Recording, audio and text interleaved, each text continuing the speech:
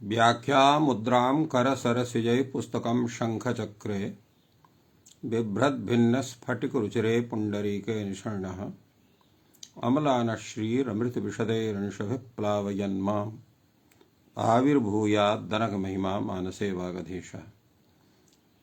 कृष्णाय वासुदेवाय हरये परमात्मने प्रणतक्लेशनाशाय गोविन्दाय नमो नमः। संस्कृतशौर्यम् इति आमुखपटले सम्बद्धाः समेऽपि विद्वांसः समेऽपि जिज्ञासवः छात्राः सहृदयाः सज्जनाः एतस्य संस्कृतशौर्यम् इति आमुखपटलस्य संस्थापकः प्रबन्धकश्च डॉक्टर राजकुमारः समेषां स्वागतं वर्तते एतस्मिन् महाभाष्य व्याख्याने। मान्याः, साम्प्रतं महाभाष्यस्य पंचमाध्यायस्य तृतीयपादस्य व्याख्यानं चलति। अद्य दक्षिणादाच संख्याया विधार्थे धा एकाद्धोऽध्यमूयन्यतरस्यां द्वित्रोश्च धमूय याप्ये पाश पूर्णाद्भागेतीयादन् एकादा कीनिच्चासहाये इति एतेषां सूत्राणां व्याख्यानं भवति। तत्रादौ दक्षिणादाच इति सूत्रं वर्तते। एतद्विषये विचारं कुर्वन् तत्र काशिकाकारः वदति यत् एतस्मिन् सूत्रे पूर्वसूत्रं यद् वर्तते येन वन्यतरस्याम् अदूरे पंचम्याः तत्सूत्रात् अदूरे इति न स्वर्यते। अदूरे इति न स्वर्यते इत्यस्य तात्पर्यं भवति यत् यत्र स्वरितत्वं तस्य अधिकारः भवति। अदूरे इत्यत्र स्वरितत्वं नास्ति इति कृत्वा एतस्य अधिकारः न भवति। यतो हि सूत्रं वर्तते स्वरितेनाधिकारः। तो अत्र यत्र स्वरितत्वं तस्य तत्र अनुवर्तनं भवति अधिकारत्वात्। अतः अदूरे इति न स्वर्यते इत्यस्य तात्पर्यम् अदूरे इति इत्यस्य एतस्मिन् सूत्रे अनुवृत्तिर्न भवति इत्यर्थः। अपञ्चम्याः इत्यस्य अनुवर्तनमत्र भवति। दक्षिण शब्दात् आच् प्रत्ययः भवति अस्तातेरर्थे। अस्ताति इति प्रत्ययः यथा पूर्वमेव उक्तम्। अस्ताति प्रत्ययः यः भवति सः स्वार्थे भवति। यथा पूर्वमेव एतस्य विषये विचारः आयतः यत् अस्ताति प्रत्यय विषये तत्र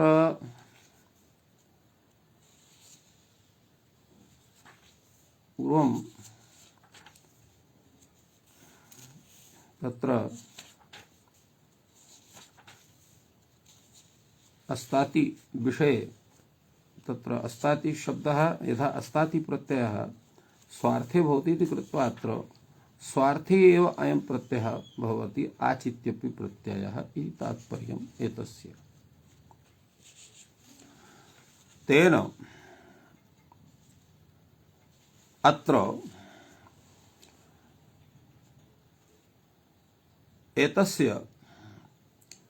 अत्र विचारः भवति दक्षिणा वसति दक्षिणा रमणीयम् एवं अत्र भवति। अत्र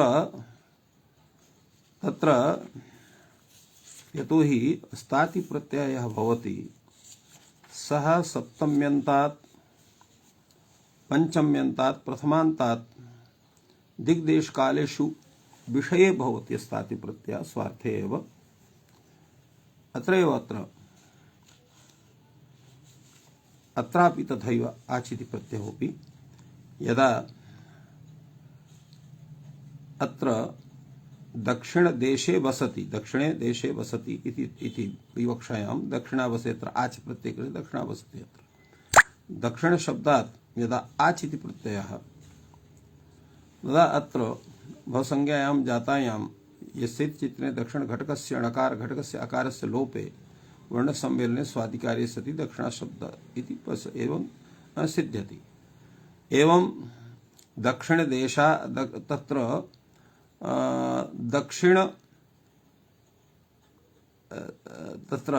दक्षिण देशः शोभनः इति विषये अत्र दक्षिणा रमणीयमत्र प्रथमान्तात् तत्र प्रत्ययः वर्तते। अपञ्चम्या इत्येव अर्थात् अत्र पञ्चम्यान्त न भवति। दक्षिण देशात् आगतः इति विषये अत्र तसिल् प्रत्ययः भवति, किन्तु अत्र अयम् तत्र आच् प्रत्ययः न भवति। एवं दक्षिणतः आगतः इति प्रत्ययः सिद्ध्यति। चकारः अत्र किमर्थः कृतः वर्तते इत्यस्य विषये उच्यते। अञ्चुत्तरपदाजाः युक्ते इत्यत्र आच् इति कथनं वर्तते, तत्र आच् इत्यनेन एतस्य ग्रहणं स्यात् इति कृत्वा अत्र आच् इति चकारः अनुबन्धत्वेन अत्र दक्षिणादाच् इति सूत्रे पिहितः वर्तते। इत्येवं काशिका ग्रन्थे एतस्य सूत्रस्य विषये विचारः वर्तते। अत्र तावत् भाष्यकारः किं विचार्यते इत्यस्मिन् विषये तत्र वदामः वयम्। अत्रापि पूर्वम् अयमेव विचारः आगतः। दक्षिणादाच् इति सूत्रे यः आच् इति प्रत्ययः तत्र चकारानुबन्धः यः वर्तते तस्य किं प्रयोजनमस्ति। भाष्यकारः पूर्वं समादधाति यत् स्वरार्थः वर्तते। यतो यः प्रत्ययः वर्तते तत्र चकारानुबन्धः भवति। चकारस्य संज्ञायां जातायां चितः इति सूत्रेण अन्तोदात्तता भवति।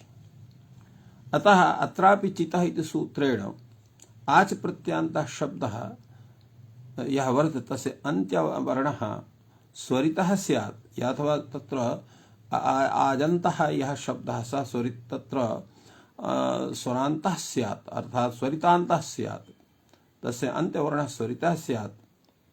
एतदर्थम् अत्र क्षम्यताम्, तत्र अचः इति सूत्रेण अन्तोदात्तः भवति, अन्तोदात्तः स्यात्, एतदर्थम् अत्र वर्तते।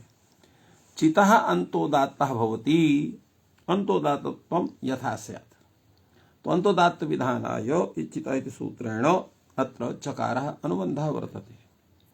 भाष्यकारः पुनः अत्र विचारयति यत् यदि एतस्य चकारानुबन्धस्य चितः इति सूत्रेण अन्तोदात्त विधानमेव केवलं प्रयोजनं वर्तते, तर्हि तत् प्रयोजनम् अत्र उचितं नास्ति। कथमिति चेत् यतो हि अत्र यः आच् प्रत्ययः सः एकाच् वर्तते, अतः प्रत्ययस्वरेणैव अन्तोदात्तता स्वयमेव सिद्धा वर्तते। तो स्वयमेव सिद्धस्य स्वरव्यवस्थानस्य सत्त्वात् पुनः अत्र तथैव विधानार्थम् अत्र चित्करणम् उचितं नास्ति इति कृत्वा अत्र आच् इत्यत्र यः चकारः सः निष्प्रयोजनः, अतः प्रत्याख्यातो भवति इति भाष्यकारः पूर्वं प्रतिपादयति। किन्तु अग्रे कथयति भवतु नाम नैतदस्ति प्रयोजने एकाजयं तत्र नार्थः स्वरार्थेन चकारेण अनुबन्धेन प्रत्ययस्वरेणैव अयम् अत्र अन्तोदात्तता सिद्धा भवति, किन्तु अत्र विशेषणार्थः अत्र चकारः वर्तते। को विशेषणे तस्य प्रयोजनं वर्तते उच्यते अन्यारादितरर्थे दिक् शब्दाञ्चुत्तर पदाजाहि युक्ते इति सूत्रे अत्र आच् इति प्रत्ययः स्मृतः वर्तते। तत्र आच् इत्यनेन आजन्तस्य तत्र शब्दस्य ग्रहणं स्यात्, एतदर्थम् अत्र आच् इति कृतं वर्तते, अतः विशेषणार्थः वर्तते। अन्यः कश्चन प्रयोजन विशेषः एतस्य नास्ति इत्यर्थः।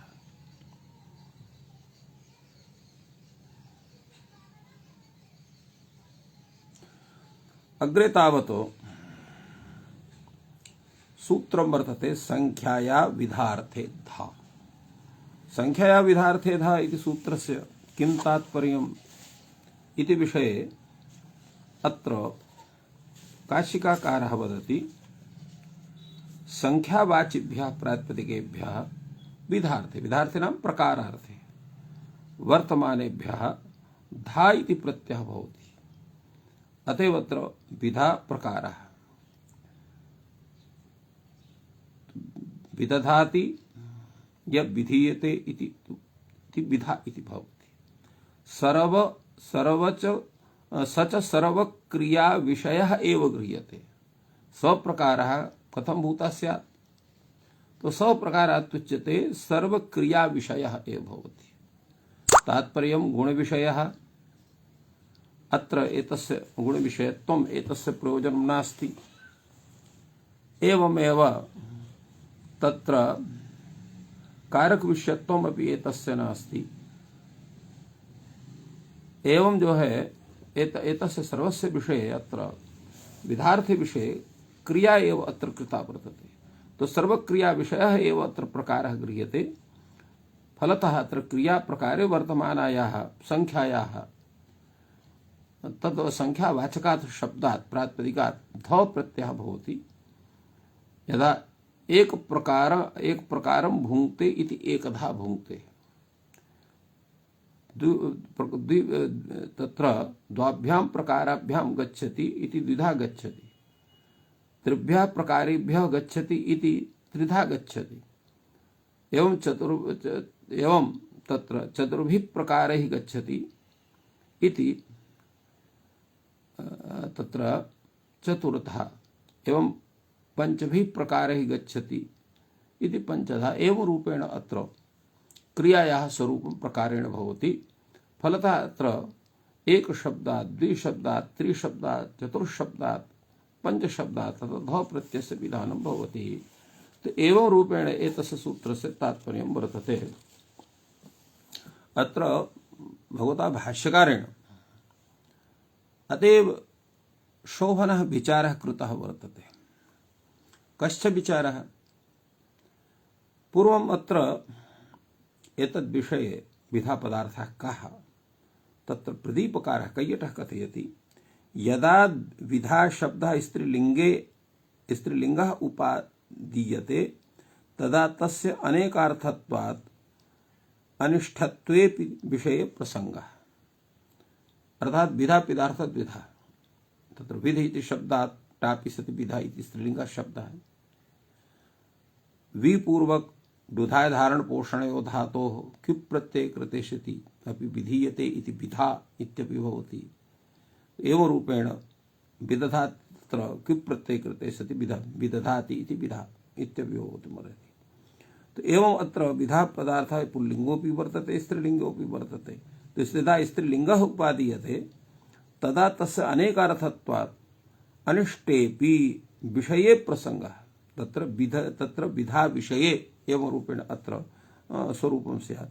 यदा तु विधानं विधा इति घयर्थे क विधानम् अत्र क प्रत्ययः कृतः वर्तते इति कृते पुल्लिङ्गनिर्देशः विधः इति वर्तते, तदा तत्र तस्य एकार्थत्वात् अनिष्टप्रसंगः तत्र अनिष्टत्वं स्यात्। अतः अत्र कीदृशः विधा पदार्थः इति विषये चिन्तनं वर्तते। विध शब्दार्थः प्रकारे एव प्रसिद्धः इति संशयोत्पत्तिः इति वदति तत्र ग्रन्थं प्रवर्तयति नागेशः अत्र। एवं भाष्यकारः कथयति विधार्थ इत्युच्यते को विधार्थो नाम। संख्या विधार्थे ध प्रत्ययः भवति। अत्र विधार्थः कः? विधा इत्यस्य विधार्थः कः प्रसिद्धः वर्तते? कश्च विधार्थः? यदा उच्यते विधायाः अर्थः विधार्थः, यद्येवम् एका गो विधा एका हस्ति विधा अत्रापि प्राप्नोति। यत् एका गो विधा अर्थात एका गो भेदः एवं एका हस्ति विधा एका हस्तिनः प्रकारः अत्रापि प्राप्नोति। यतोहि अत्र विधार्थत्वम् अत्रापि वर्तते। एवं तर्हि अत्र विधार्थः क इति तत्र विचारः भवति। अत्र कैयटः कथयति विधायाः अर्थः इत्यत्र आचार्य देशीय वचनम। विधार्थ अर्थ आचार्य देशीय वचनम, देशीय वचनम। गोविधा एवं अन्नम विधा इत्युच्यते। अत्र अन्नम अपि विधा इति शब्देन उच्यते। यतो विधा पदार्थः अनेकार्थः इति पूर्वम् उक्तम् आसीत्। तत्र गोविधा हस्तविधा इत्युक्ते तत्र गोः यद् भक्ष्य विशेषः वर्तते, एवं हस्तविधा इत्युक्ते हस्तिनः यः भक्ष्य विशेषः वर्तते तस्य गोविधा हस्तविधा इति शब्देन कथनं वर्तते इति अन्नं विधा इति कैयटः एतस्य व्याख्यानं कृतवान्। भाष्यकारः एतस्य सम्यक्तया विचारं विदधाति। एवं तर्हि धा विधानं धात्वर्थ पृथक् भावे।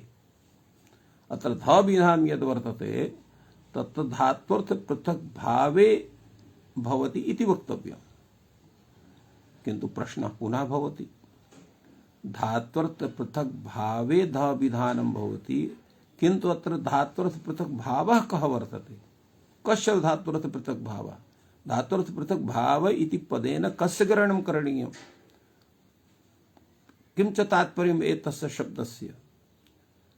अत्र एतस्य विषये भाष्यकारः समादधाति किं यत्तद् देवदत्तः कांस्यपात्र्यां पाणिना ओदनं भुङ्क्ते इति।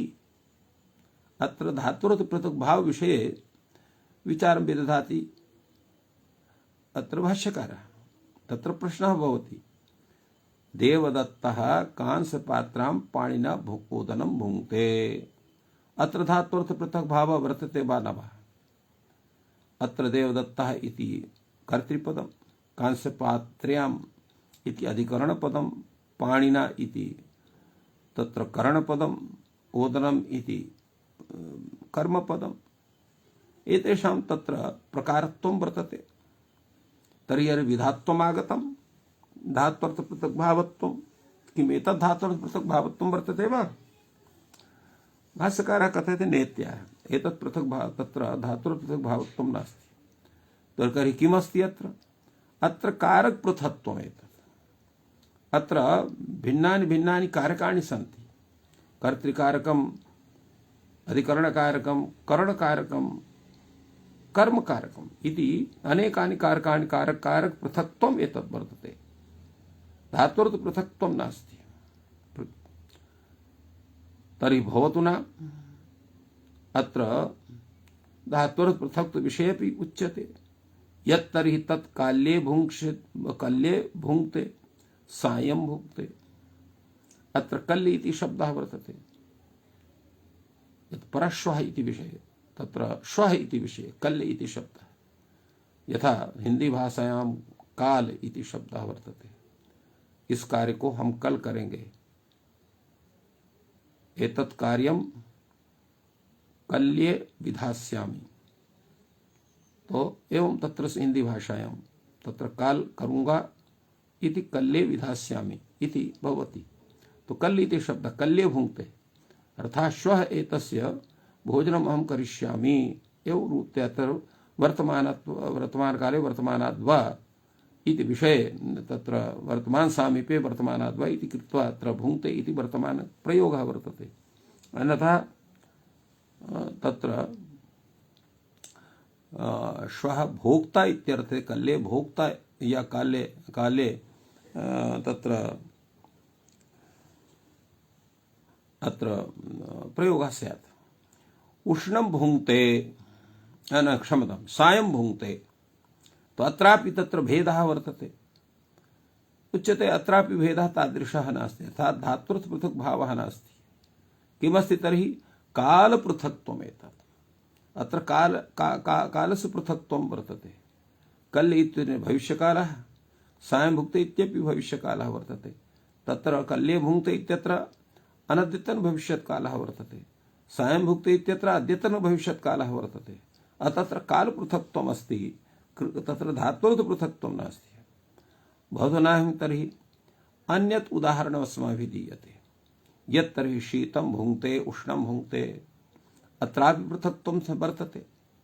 उच्यते अत्रापि पृथक्त्वं तु वर्तते किन्तु धातोर्थ पृथक्त्वं नास्ति। तर्हि कस्य पृथक्त्वं वर्तते? गुणपृथक्त्वं वर्तते।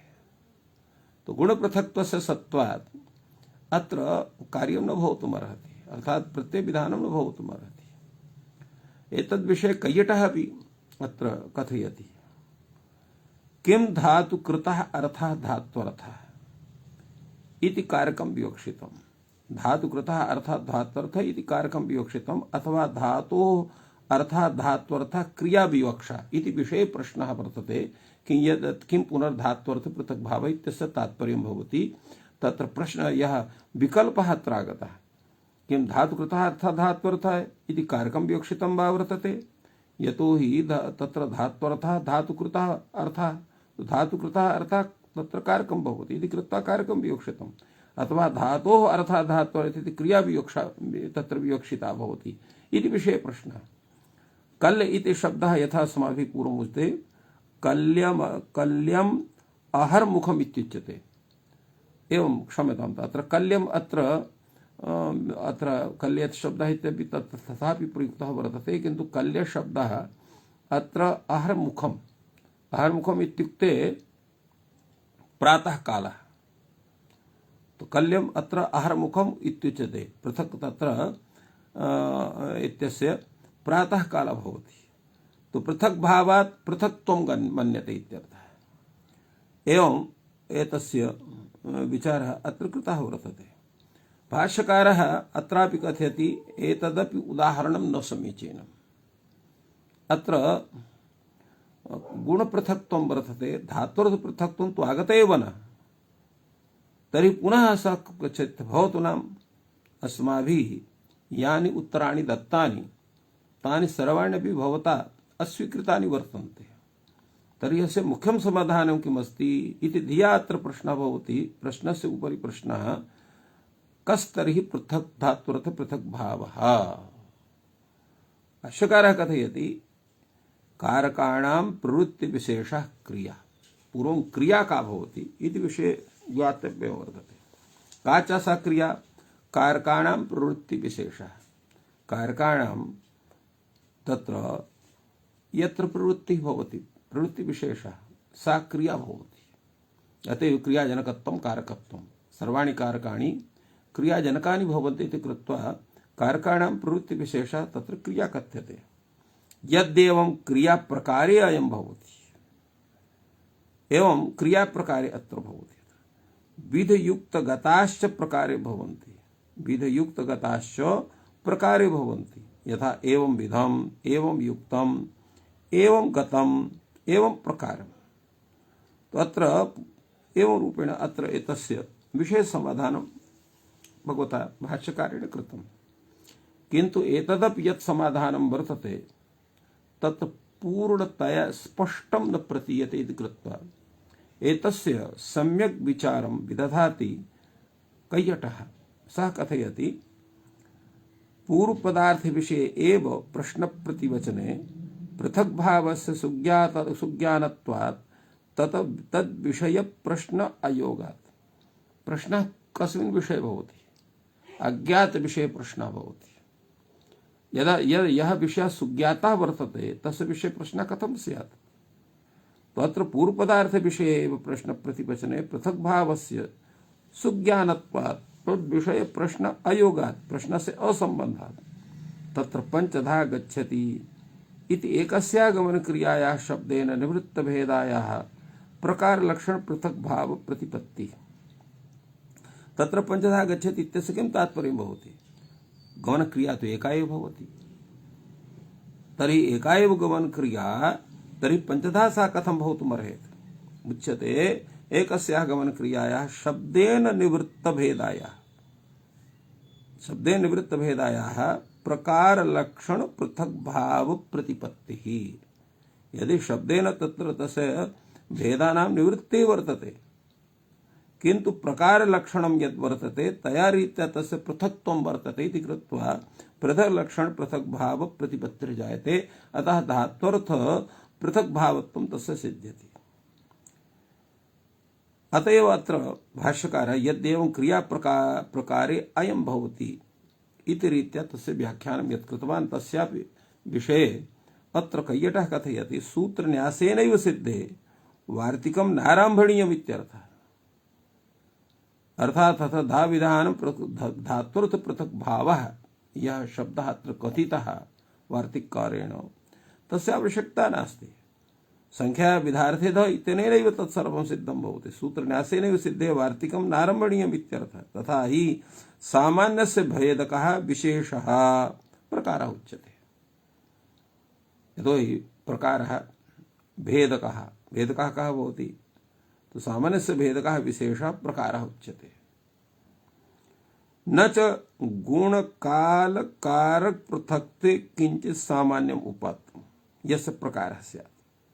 तो गुणेन कालेन कारकेण यत् पृथक्त्वम् अत्र उच्यते तो तत्र किंचित् सामान्यम् अत्र न उपात्तं येन यस्य प्रकारः अत्र वक्तुं शक्यते। अतः एतेषाम् अत्र निराकरणं भगवता भाष्यकारेण कृतम्। किन्तु क्रियाविषये एव तत्र कथं वर्तते यत् क्रियाविषये एव पृथक्त्वं जायते। अतः अत्र क्रियाविषये कथितं कारकाणां प्रवृत्तिविशेषः अत्र क्रिया वर्तते। अतएव अत्र पुनः अपि विचारं विदधाति कैयटः। सः कथयति ननु सूत्रन्यासे पञ्चधा श्लोकाः इत्यादौ प्रत्ययेन भाव्यम्। अत्र प्रत्ययः तत्र प्रत्ययः भवति। वार्तिकन्यासे तु न भाव्यम्। एकधा भुङ्क्ते इति च पृथक् भावा तत् प्रत्ययस्य प्रसङ्गः एव न स्यात्। भिन्नं फलं सूत्रवार्तिकयोः अत्र वर्तते इति प्रश्नः जातः। कैयटः एतस्य समाधानं सम्यक्तया विदधाति। कथयति नैष दोषः। पञ्चधा श्लोका इत्यादौ प्रयोगेऽपि अस्ति क्रियापदानुषंगात् अस्ति क्रिया पृथक् भावः। यथा अत्र वाक्यं वर्तते पञ्चधा श्लोकाः। अत्र पञ्चधा श्लोकाः वर्तन्ते, पञ्चधा श्लोकाः गीयन्ते, पञ्चधा श्लोकाः पठ्यन्ते एवं रूपेण काचित् क्रियाप्रयोगः तत्र क्रियायाः प्रयोगः न कस्याचित् क्रियायाः प्रयोगः नास्ति। अतः अत्र कथम् अत्र धा इति प्रत्ययः संजातः पञ्चधा श्लोकाः इत्यत्र अत्र समाधानं भवति। अत्र क्रियापदप्रयोगः यद्यपि नास्ति तथापि सर्वत्र अस्ति भवत्यादि क्रियाणां तत्र आक्षेपः भवितुमर्हति इति कृत्वा अस्ति इति क्रियापदानुषंगात् अत्र क्रिया पृथक् भावः वर्तते। अतः क्रिया पृथक् भावस्य सत्वात् अत्र धा इति प्रत्ययः पञ्चशब्दात् जातो वर्तते। एकधा भुङ्क्ते इत्यादौ अपि अनेक प्रकार भुज क्रियापेक्षा एक प्रकारस्य भुजेः अस्त्येव पृथक् भावः। यदा कश्चन तत्र कृष्णं वस्त्रं धारयित्वा आगतवान् तर्हि अत्र एकधं वस्त्रं धारितवान् इत्युच्यते। अनेन सिद्ध्यति वस्त्रस्य ये भेदाः कथिताः वर्तन्ते तर्हि ते भेदाः केवलं तत्र एकमेव भेदं नास्ति अनेके भेदाः वर्तन्ते इति कृत्वा एकधं तत्र तद्वस्तु गृहीत्वा आगतवान् इत्येवं वक्तुम् उच्यते। तथैव एकधा भुङ्क्ते इत्युच्यते यत् इत्यादौ अनेक प्रकार भुज क्रियापेक्षे एक प्रकारस्य भुजेः अस्त्येव अत्र पृथक् भावः। एकः पाकः इत्यादौ प्रकारस्य अविवक्षितत्वात् अत्र प्रत्ययः न भवति। एकः पाकः अत्र एकधा पाकः इति स्यात्। कथम् एकः पाकः इति तदा उच्यते अत्र एकः पाकः अतएव अत्र प्रयोगः वर्तते यत् प्रकारस्य अत्र विवक्षैव नास्ति। यदा विवक्षा स्यात् तदा एकधा पाकः इति तत्र प्रयोगः भवितुमर्हति। प्रकार विवक्षायां तु एकधा पाकः इति भवत्येव। एवं पञ्चपाकाः इत्यादौ अपि यदा भिन्नाः एव पाकाः न तु एकस्य प्रकारत्वं विवक्षितत्वं तदा एक यत् पञ्चपाकः इति भवति। यदा विवक्षितं भवति तदा पञ्चधा पाकः इति भवति। तो एवं अत्र विचारः कैयटेन सम्यक्तया विहितः वर्तते। यद्यपि एतस्य विषये नागेश भट्टोपि व्याख्यातवान् किन्तु किमपि नूतनं व्याख्यानं नास्ति। कैयटपङ्क्तीनां तत्र विवरणमेव वक्तुं वर्तते इति कृत्वा तद्विषये न कथ्यते। अग्रे तावत् सूत्रं वर्तते एकाद्धोऽध्यमुयन्यतरस्याम् इति सूत्रं वर्तते। एतस्य सूत्रस्य विषये अत्र काशिकाकारः सम्यक्तया समदधाति। तस्य विषये वदति यत् एक शब्दात् परस्य ध प्रत्ययस्य ध्यमुय इति आदेशः भवति विकल्पेन। ध्यमुय इति आदेशः कस्मात् एक शब्दात् विहितस्य ध प्रत्ययस्य स्थाने ध्यमुय इति आदेशः भवति। यथा एकधा राशिं कुरु, अत्र एकधा इति शब्दः वर्तते, तदा एकाद्धो ध्यमुयन्यतरस्याम् इति सूत्रं धा इत्यस्थाने ध्यमुय इति तत्र आदेशं विदधाति, प्रत्यरूपम् आदेशं। तत्र धा इत्यत्र विद्यमानः यः प्रत्ययत्वधर्मः तस्य स्थानिवदादेशो न विधौ इति सूत्रेण ध्यमुय इति प्रत्यये तस्य आदेशः भवति। एवं रीत्या अत्र ध्यमुय इत्यत्र प्रत्ययत्वम् आयाति। अथ च तत्र अनुबन्धलोपे सति तैते शचामादेः इति सूत्रेण अत्र आदिवृद्धौ सत्याम् ऐकध्यम् इति भवति। तेन एकधा राशिं कुरु, ऐकध्यं राशिं कुरु, एवं तत्र प्रयोगः भवितुम् अर्हति। एवं एकधा भुङ्क्ते ऐकध्यं भुङ्क्ते इत्यपि तादृशः प्रयोगो भवति। प्रकरणादेव लब्धे पुनर्धाग्रहणं विधार्थे विहितस्यापि यथा स्यात् अन्यतरस्यैव हि एतत् प्राप्नोति। प्रकरणादेव यद्यपि अत्र ध प्रत्ययस्य पुनः लाभः, पुनः अत्र ध ग्रहणं किमर्थं कृतम्? अत्र पुनः ध ग्रहणं विधार्थे विहितस्यापि यथा स्यात्, विधार्थे विहितस्य यथा स्यात् अन्यस्य विहितस्य स्यादेव इति तस्य तात्पर्यं वर्तते। अनन्तरस्य हि एतत् प्राप्नोति, अनन्तरस्य अव्यवहितस्य प्राप्नोति इति तात्पर्यम् अस्य वर्तते। अत्र भाष्यकारः तद्विषये कथयति एकाद्धोऽध्यमुयन्यतरस्याम् इति सूत्रविषये।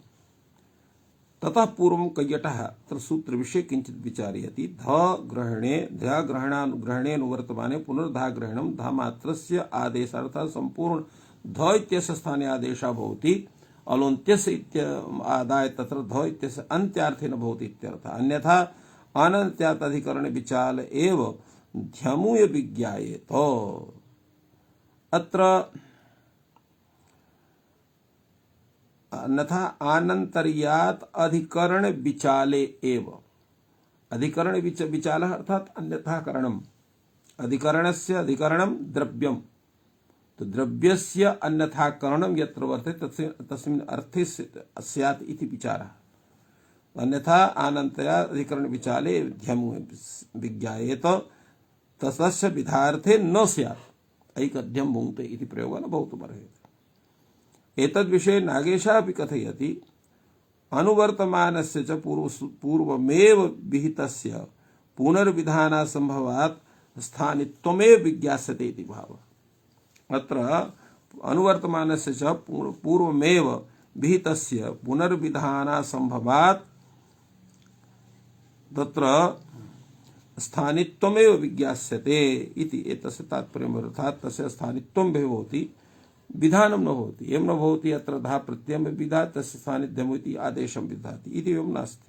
अपि तु धा प्रत्ययस्य विधानं संख्या विधार्थे धा इति सूत्रेण तस्य स्थाने ध्यमु इति आदेशस्य विधानम् एकाद्धो ध्यमुन्यतरस्याम् इति सूत्रेण भवति इति अनेन ज्ञायते। अत्र नागेशः अत्र विधार्थे विहितस्यापि इत्यर्थः, अर्थात् धावमात्रस्य प्रकारे विहितस्य विधार्थे एवं तत्र विधार्थे विहितस्य सर्वस्य स्थाने अत्र ध्यमु इति आदेशः भवति। एतदर्थमेव अत्र स्थान्यादेश भावाश्रयणम् अत्र वर्तते। प्रत्ययान्तरेपि एतद् दोषात् अनन्तरत्वाद् अधिकरण विचाले इत्यस्य सम्बन्धः भवति। एवम् अत्र नागेशोऽपि विचारितवान्। अग्रे तावत् भाष्यकारः अत्र पूर्वम् उच्यते, अत्र पूर्वं वार्तिकं वर्तते, सहभावे ध्यमूय वक्तव्या ऐकध्यम राशिं कुरु। सहभावे अर्थात् समूहकरण इत्यर्थः। अत्र सहभाव विषयेपि अत्र कैयटः कथयति, अनेकस्य अर्थस्य एकीकरणं सहभावः। अनेकस्य अर्थस्य एकीकरण अर्थात् तत्र राशिरूपं विधानम् इति। अत्र ऐकध्यं राशिं कुरु इति तस्य तात्पर्यम् आयाति। इह अधिकरण विचालः एकस्य द्रव्यस्य विभागेन अवस्थापनम्। अधिकरण विचाल इत्यस्य अर्थः भवति द्रव्य अधिकरणस्य, अत्र अधिकरणस्य अर्थात् एकस्य द्रव्यस्य तत्र एकस्य द्रव्यस्य विभागेन अवस्थापनम्। यथा एकं राशिं पञ्चधा कुरु इति, एवमेव ऐकध्यं राशिं कुरु पञ्चधा कुरु इत्यत्र एकस्य विभागावस्थापनाभावात् नास्त्यधिकरण विचालः इति मन्यते। वचनं तु विधार्थमेव, धाग्रहणं तर्हि किमर्थं स्यात्, उत्तरार्थं स्यात्। तो द्वयोः अर्थयोः अत्र धमु प्रत्ययार्थम् अत्र द्वैधं भुङ्क्ते। एकं राशिं द्वैधं कुरु एवं रूपेण धमु प्रत्यय कृते स्यात्, यस्य प्रयोगः अग्रे वर्तते। अत्र ध्यमो इति विषये तत्र एतस्मिन् विषये प्रयोगः भवति इति कैयटः एतस्य व्याख्यानं कृतवान् वर्तते। भाष्यकारः पुनः अत्र कथयति, अत्र भवान् यद् व्याख्यातवान् सहभावे ध्यमु वक्तव्या ऐकध्यं राशिं कुरु, तर्हि अत्र ध्यमु सहभावे ध्यमु वक्तव्या इति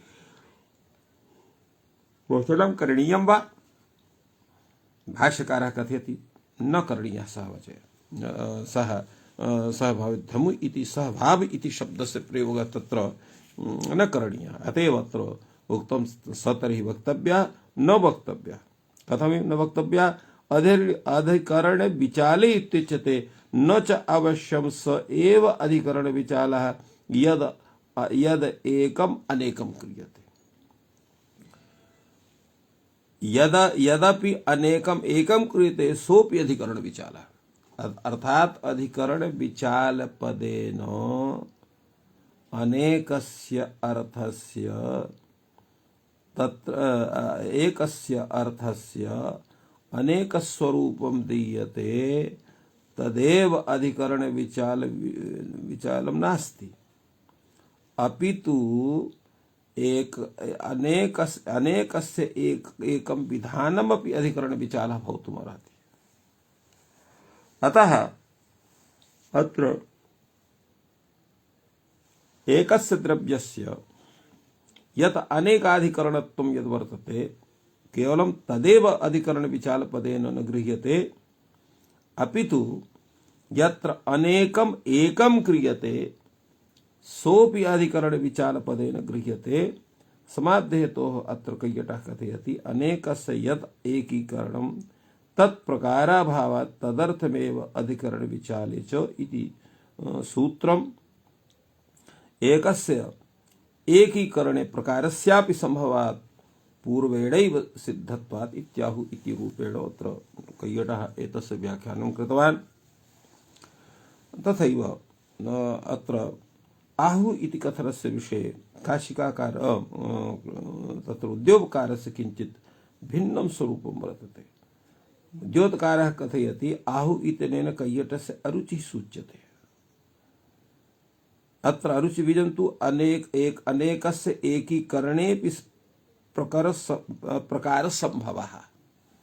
यथा एकस्य अनेक विधाने प्रकारः तत्र संभवः भवति, तथैव अनेकस्यापि एकीकरणे अत्र प्रकारः संभवः भवति। समाध्येतोः अत्र पूर्वेणैव एतस्य सिद्धिः न भवति, अनेनैव सिद्धिः भवति इति कृत्वा अयं सूत्र विशेषः अत्र कथितः वर्तते। अतएव अत्र पंचधा एकधा इति सिद्धिः इत्यन्ये इति रूपेण कैयटः यत् कथितवान् तस्य विषये नागेशस्य कथनं वर्तते। तो इत्थम् एतस्य सूत्रस्य व्याख्यानं सम्पद्यते। अग्रे सूत्रं वर्तते द्वित्र्योश्च धमुनि। द्वित्र्योश्च धमु इति सूत्रस्य किं तात्पर्यम् इति विषये कौशिकः एतत् सूत्रं व्याख्याति। स कथयति अत्रापि संख्या विधार्थे धा इति सूत्रात् धा इत्यस्य अनुवृत्तिर्भवति। द्वित्र्यो संबंधिनो ध प्रत्ययस्य विधार्थे अधिकरण विचाले च विहितस्य धमुय आदेशः भवति अन्यतरस्याम्। अर्थात द्वित्रि संबंधिनः यह ध प्रत्यय तस्य विधार्थे अधिकरण विचाले अर्थे च विहितस्य ध प्रत्ययस्थाने धमुय इति आदेशः विकल्पेन भवति। अत्र यह चकारः वर्तते द्वित्र्योश्च च इति। तो चकारः अत्र विकल्पः अनुकर्षणार्थः अत्र वर्तते, विकल्पस्य अनुकरणार्थं वर्तते। एवं अत्र द्वाभ्यां प्रकाराभ्याम इति द्विधा द्विधा त्रिधा इति भवति। तो एवं अत्र द्विधा भवति त्रिधा इति शब्दः धा प्रत्यय सति भवति। तस्य ध प्रत्ययस्थाने यदा धमुय इति आदेशः तत्रापि स्थानिवत्वात् तत्र प्रत्ययत्वस्य आदेशत्वात् अत्र तते शचमादेः सूत्रेण आदिवृद्धौ सत्याम् अत्र द्वैधम त्रैधम इति रूपं जायते। धमुयन्ता स्वार्थे डो दर्शनम इति अतिरिक्तं वार्तिकं वर्तते। यत् यह धमु प्रत्ययान्तः शब्दः वर्तते तत्र स्वार्थे ड प्रत्ययः भवति। अत्र मति द्वैधानि संश्रयन्ते एवं तत्र प्रयोगः जायते। मति त्रैधानि संश्रयन्ते एवं अत्र द्वैधानि त्रैधानि इति अत्र साधितं वर्तते। अत्र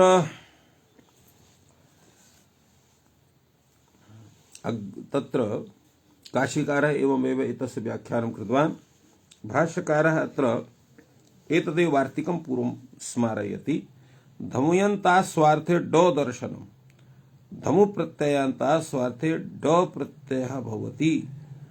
स च विधेयः वर्तते, अर्थात् तस्य विधानं करणीयम्। पथि द्वैधानि संशये द्वैधानि एवं रूपेण अत्र प्रयोगः भवति। स्वार्थिकत्वेपि स्वभावा सत्त्ववाचित्वात् लिंग संख्या संबंधः भवति। तत्र एक शेषेण अत्र बहुवचनं वर्तते, एक शेषेण बहुवचनं। द्वैधानि द्वैधानि द्वैधानि अत्र तत्र द्वैधं च द्वैधं च द्वैधं च इति द्वैधानि इति पथि द्वैधानि पथि संशय द्वैधानि इत्यस्य तात्पर्यं वर्तते। क्वचित्तु मति द्वैधानि इति पाठः इत्यपि वर्तते। पथि द्वैधानि संशये द्वैधानि इति वर्तते।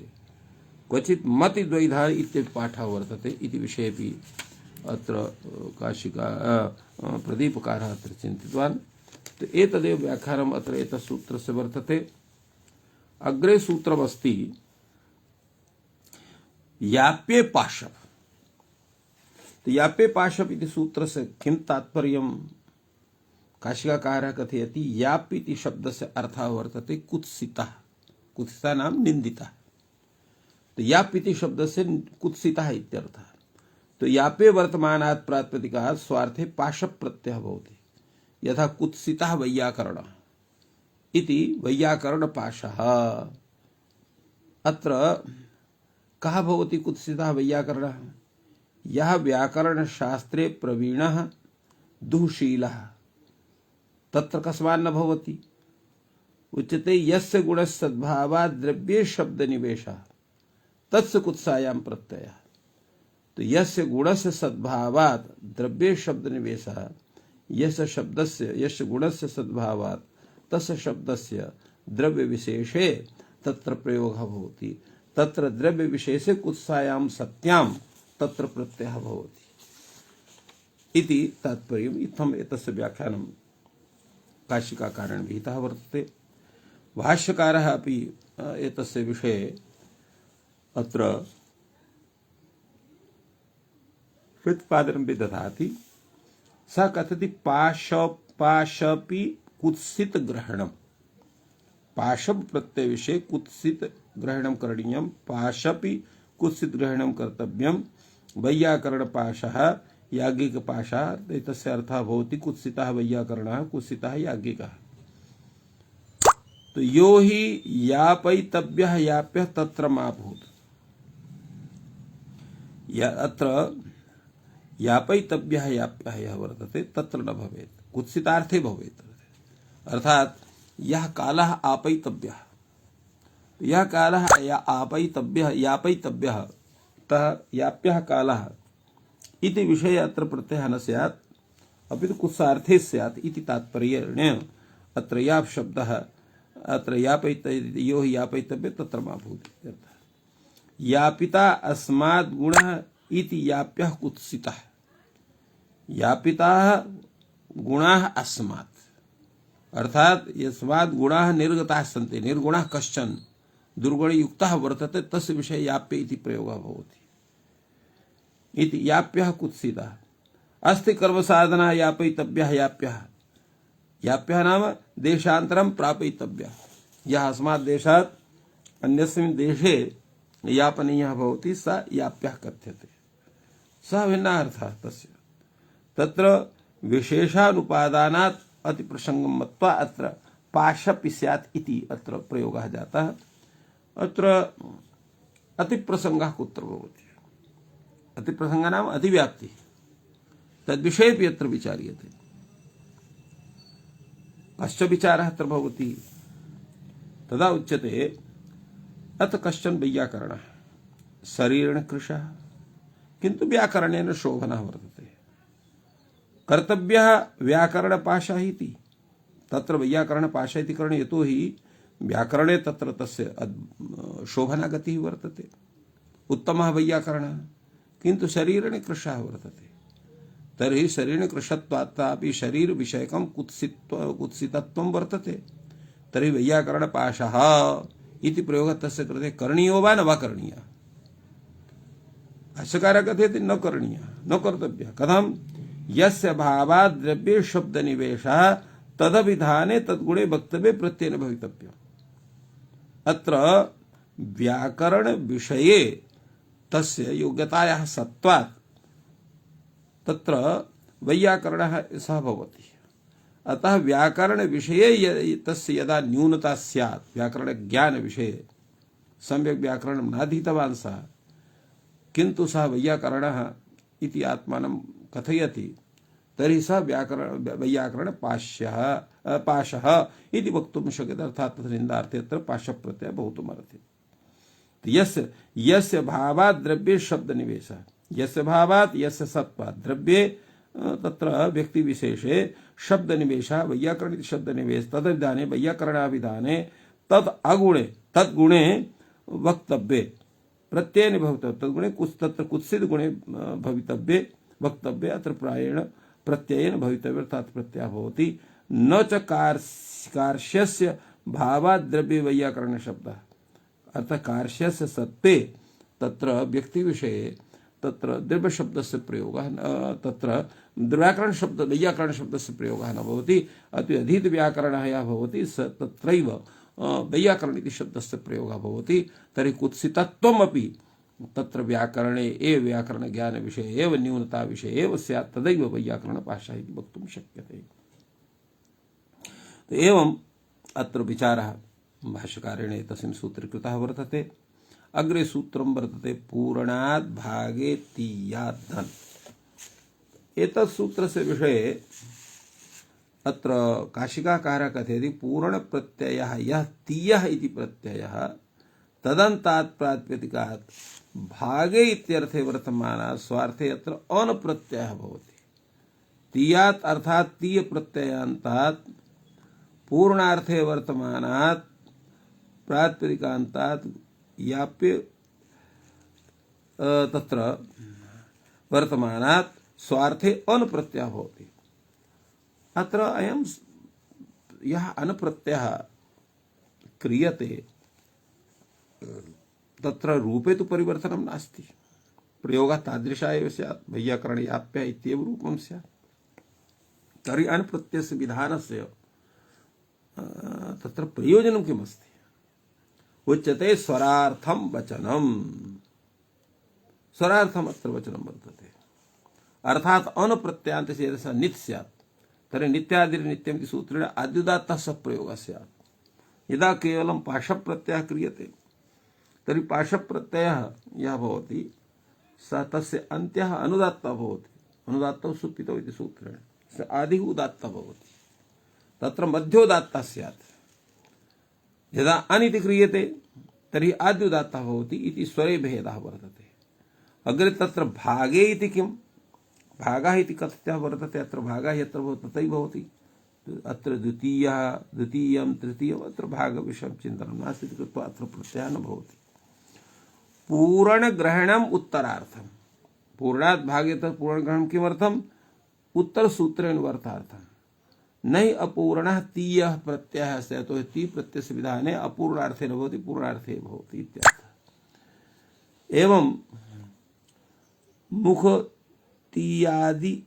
मुखतीयादिः इति यत् कथनं वर्तते तत्र अनर्थकः प्रयोगः वर्तते, अतः तादृशः प्रयोगः न भवितुमर्हति।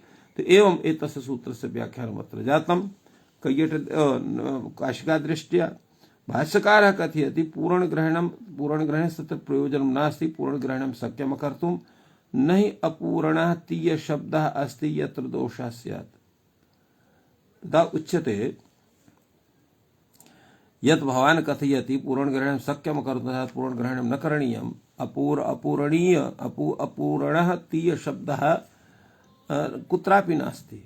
अतः पूर्णशब्दः स्वयमेव तत्र गृहीतं स्यात्, अतः तत्र ग्रहणं न करणीयम्। तदा उच्यते ननु चायमस्ति मुखतीयः पार्श्वतीयः। अत्र मुखशब्दात् पार्श्वशब्दात् ती प्रत्ययः भवति। तो ती प्रत्ययस्य सत्वात् मुखतीयः पार्श्वतीयः इति प्रयोगः भवितुमर्हेत्।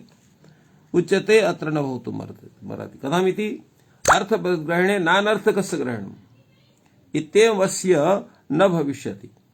अर्थवद्ग्रहणे नानर्थकस्य ग्रहणम् इति अत्र तस्य ग्रहणं न भवितुमर्हति। तर्हि उत्तरार्थे तर्हि पूरणग्रहणं करणीयम्।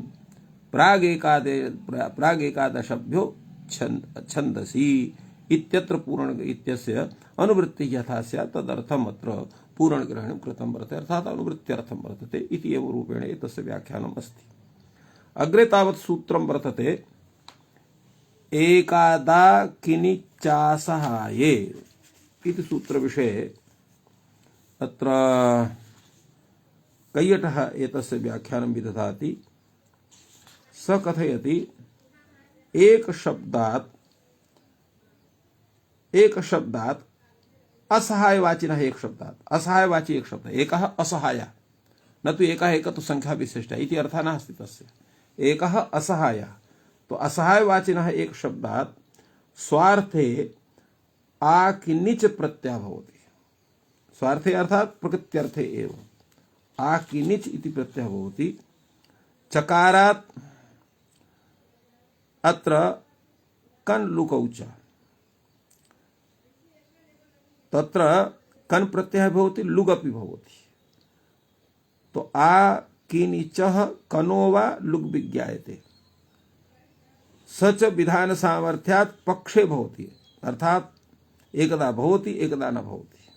यथा एक इति शब्दः, एकः पूर्णम् अस्य इति विग्रहे अत्र एक शब्दात् यदा आकिनिच इति प्रत्ययः भवति तत्र आकिनिच इत्यत्र इकारस्य चकारस्य च अत्र अनुबन्धलोपः भवति, आकिन् इत्यवशिष्यते। तदा एक शब्दात् आकिन् इत्यस्य सम्बन्धे सति एकाकी एकाकिनो एकाकिनः इति प्रयोगसिद्धिर्भवति। अनेन हि सूत्रेण यदा कन् प्रत्ययः तदा एकः पूर्णम् अस्य इति एककः इति भवति। एवं एकाकी इति शब्दोऽपि निष्पद्यते। यदा आकिनिचित् प्रत्ययः यदा कन् प्रत्ययः तदा एककः इति सिद्ध्यति। यदा अनयोः कन् एकाकीन निचि इति प्रत्यययोः लुक अनेनैव भवति तदा एकः इत्येव प्रयोगः सिद्ध्यति। तो एकः एकाकी एककः इति प्रयोगत्रयं भवति अत्र पूर्णविषये एकशब्दस्य। असहायग्रहणम् अत्र किमर्थं वर्तते? तत्र असहायग्रहणं संख्याशब्दनिरासार्थं, संख्याशब्दस्य निरासार्थम् अत्र असहायग्रहणं वर्तते। तदुपादाने हि द्विबह्वोर्न स्यात्। यदा अत्र संख्या विषये ज्ञानं संख्याशब्दस्य अत्र ग्रहणं स्यात् तर्हि एक शब्द द्विशब्दात् बहुशब्दात् तत्र न भवितुमर्हति। तो एकाकिनौ इति न स्यात्, एकाकिनः इति न स्यात्, केवलम् एकाकी एकवचने एव प्रयोगः स्यात्। एकाकिनौ इति द्विवचने, एकाकिनः इति बहुवचने प्रयोगः न भवितुमर्हति। इत्थम् एतत् सूत्रस्य विषये काशिकाकारेण अत्र विचारः कृतः वर्तते। अग्रे तावद् वयं पश्यामः। तत्र भाष्यकारः अत्र कथयति एकदा कानिचि द्विबह्वर्थे प्रत्ययविधानम्। एकादा किनिचि अत्र द्व्यर्थे बहुवर्थे च प्रत्ययस्य विधानं भवति। तेन एकाकिनो इति प्रयोगः भवति, एकाकिनः इति प्रयोगः भवति। किं पुनः कारणं न सिद्ध्यति?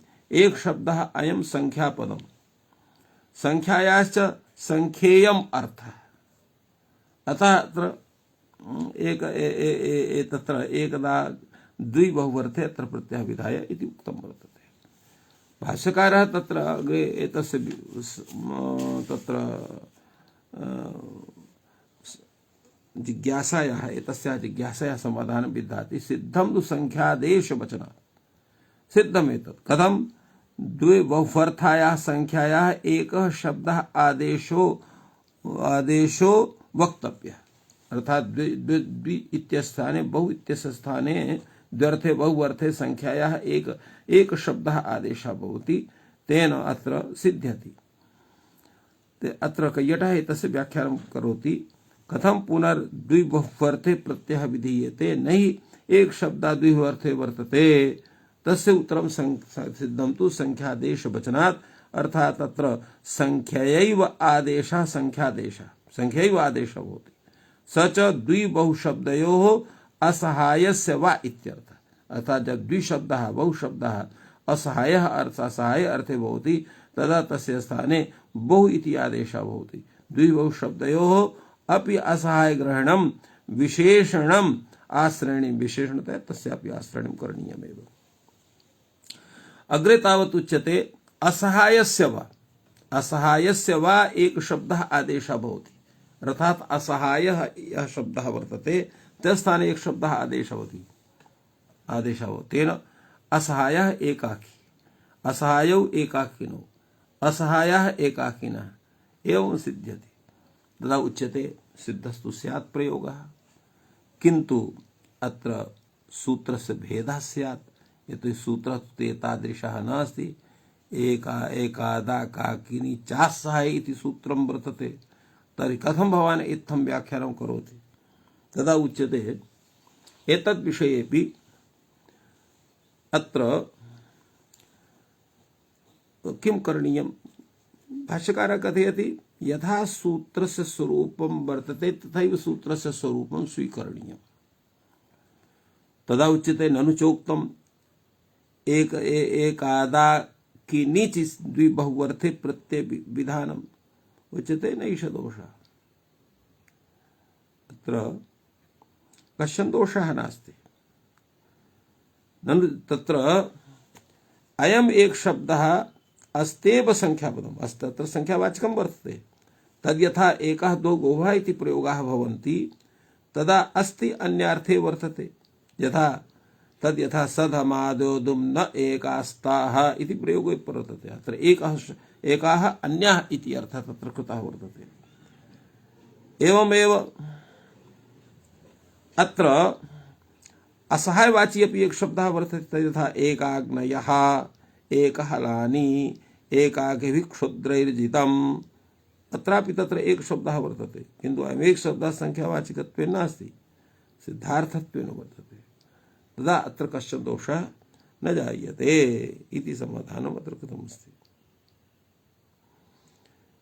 एवम् अग्रे उच्यते तद् यः असहायवाची एक शब्दः तस्य एषः प्रयोगः तस्य त्रिगुणम्। एवं रूपेण अत्र एतस्य सूत्रस्य व्याख्यानं भगवता भाष्यकारेण विहितम् अत्र विरम्यते। सर्वेभ्यो नमः। जयतु संस्कृतं जयतु भारतम्।